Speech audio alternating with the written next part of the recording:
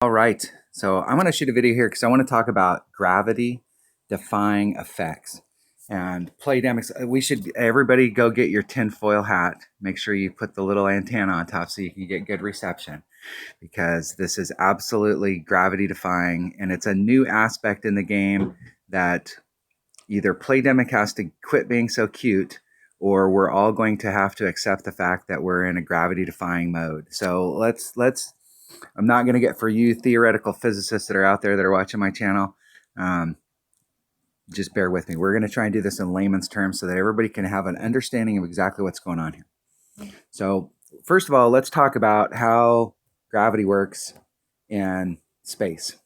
So what we need to do, if I can get the right channel here, everybody can go to YouTube and watch this video right here from Science Tim. Maybe if it can pop back up. And of course, it's not going to be on there. So Science Tim. Let's do gravity assist. Gravity. Type in gravity assist. Gravity assist. Search for that. And you can see what a gravity assist is. So let's break this down on how let's talk about how gravity assist works. And why do I keep wanting to give me new stuff here? Let's create a brand new. Jesus. Hey, Seuss. The sun, the earth. The earth is traveling around the sun at approximately about 67,000 miles per hour. Okay. That's number one. Number two, the earth is spinning on its axis at approximately 1,000 miles per hour.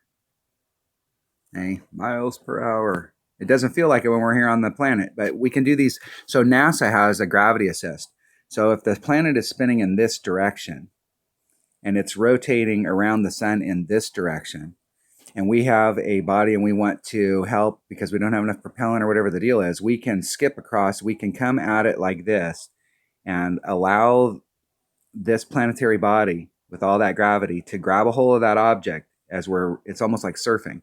And we can stay out here on the edge and we can pick up some of that momentum, and we can come out and we will actually pick up speed because this planet's moving this way. It's going to pick that object up. It's going to pull it forward. And if we get the angles just right, we can skip across that and bounce out the other side and actually pick up some speed. If the Earth is moving in this direction, a clockwise direction, just for easy stuff here, and it's moving this way, and we want to slow down the object that's coming, we would come at it from this direction, and when we grab a hold of that, the planet's actually going to slow that object down, so it's going to come out on the other side, and it's going to be slower. Or you could use this to then get into gravity here, but this is how that whole thing works, right? So when you're on the planet, we don't feel the 67,000 miles an hour that we're traveling around the sun, and we don't feel the 1,000 miles an hour that the Earth is spinning on its axis. But in Golf Clash, we do. Here is a cup. And here's the green. And the cup is just a cylinder that's in the green, and it's like 4.5 inches deep is like the minimum that it can be. This edge right here is at a 90 degree. So you've got the cup. And the cup comes down like this, and it's at a 90-degree angle. You could potentially catch the edge of the cup where the ball is not going, it's not in the hole, but it's right on that edge, and it could spin around and bounce out like this. Or it could do the same thing on the other side and come out like this, where we could end up with it coming out on the other side of the cup in a different direction because it rode that edge and then bounced out. That's possible. But once you start getting where you're past, there's a breaking point, because this cup is not a planetary body. It doesn't have its own gravity. It's working off Earth's gravity. So down here, it's pretty stable. Okay, once it gets to a certain point where it breaks past that, it's now caught up in the gravitation where it's trying to get pulled to the bottom of the cup. So you're not going to have things that swirl around this cup and then bounce out. Once it gets past that point, if it makes it swirl, it's going in the cup. It's not going to pick up speed. But in Golf Clash, it does pick up speed. So there is only one shape that I can find where that could potentially be true, where it would pick up speed. And that is in funnel physics. So in funnel physics, the edge of the cup would be in a funnel, not a 90-degree curve, and it could pick up speed. But at some point, it's going to just pick up speed and then roll down into the funnel. But Golf Clash has a reverse funnel screw effect where it picks up speed and then it pops out on the other side after 16 times going around the cup. And that's not possible. So in the real world, this is what a golf cup looks like. You got your green, you got a cup, you got nice 90-degree edges. And I can tell you as a golfer, we, like any divots or any marks that we make on the green, anything around the edge of the cup, we are fanatic about making sure that those things are sharp edges, clean, no divots, so that the ball can roll across the green and not be in little holes from golf balls that landed on the green from the prior players. But in Golf Clash, this is the way the cup looks.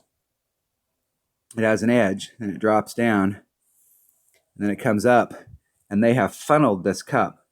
So what they've done is that here was our, it's 4.5 inches wide, so that we have a stable cup. So we know that the cup is 4.5 inches wide no matter what. And any golf course in the world, you're playing on a PGA golf course, then it's 4.5 inches wide. In Golf Clash, the only way that it could swirl the cup 2 times, and pick up speed is, number one, if it was in space, and number two, if it wasn't 90-degree edges like this, but it was a funnel. And so what Playdemic has done is they've actually shortened the hole up. So instead of having 4.5 inches, we've lost the ability to be able to drop in on the edge, and now this cup is smaller. And this gravity-defying effect that we're having with the swirling of the cup is a new phenomenon in Golf Clash, because before the cup responded like a cup is supposed to respond. It had these edges down here that were 90-degree edges, and the ball would come, and it may, if it was at the right trajectory, hit the edge of this cup and then spin off. I'm getting back to my thing, and spin off. All right. Hey. And spin off like this. Are we having problems? We are. It may spin around. So we got the cup and it may hit the edge and then spin off and go like this. That may happen once. If it was right on the edge and it just rode the edge, and it'll come off the other side. But it's not going to pick up momentum when it does that. Okay, but when it goes around the cup and then around the cup and then around the cup and then bops out, that's not possible. That's not possible on the planet. It's not with this type of mechanism. The only way that would happen is if we had this type of edge on the cup. Now you'll notice that either we're seeing an optical illusion where we're seeing the cup as a sharp-edged cup like this. That's what we see when we're looking in the app. And then behind the scenes, they've actually got this funnel look that's down here. But the other thing that you can see that they've done is that when a ball hits on the edge of the cup, the terrain that's there, the grass and that little bit of dirt that you can see, flexes. And so basically it's acting like a rubber band, and it's bouncing the ball out. The ground doesn't do that either.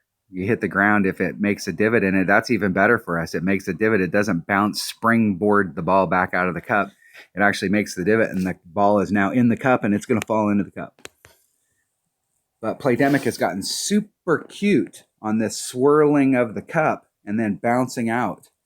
And the only way that can happen is if the top of the cup is a funnel. So, I mean, for those of you that play Golf Clash on a regular basis, what I'd like you to do is start complaining to Playdemic that this physics is not possible, and that they're getting too cute with this popping out of the cup. And they're doing this because they're trying to tighten it up at the very top, and there's other ways for them to do that. Give us non-favorable wind. There's other ways to do it without messing with the dynamics and the geometry of the golf cup, because this right here is not physically possible. And one of the things I like about Golf Clash is that it bridges that gap between an arcade game and a simulation. So you have a lot of simulation stuff where you have to actually know how to play the game in order to be successful, but it's still arcade enough that you can have fun playing the game, and it's not like we're sitting here with a bunch of mechanisms on us trying to play some simulation. But this right here is not possible, and this is only something that they've been doing here in the last 3, 4, 5 months, where they've gotten super cute on this swirling the cup deal and then bouncing the ball out. That is not possible on the planet. Now, if we're talking about physics, NASA physics, where we're talking about gravitational pull for gravitational bodies, then yes, but we are on a planet, and that is not possible what they're doing here. And it's BS because it's changing. They've shortened the hole up. We don't have 4.5 inches anymore. because anything that's on this edge where the ball touches that edge, it's going to, in almost all cases, occasionally it'll fall in the hole, but typically it'll swirl out of the cup, and that's just not possible. So I'm just asking all of you to, if you look at that and go, yeah, that's not possible, then let's start complaining to Playdemic and start spreading the word and see if they will quit this nonsense. Because the next thing you know, the only way it's going to go in the cup is if you hit the flagpole. Thanks for watching.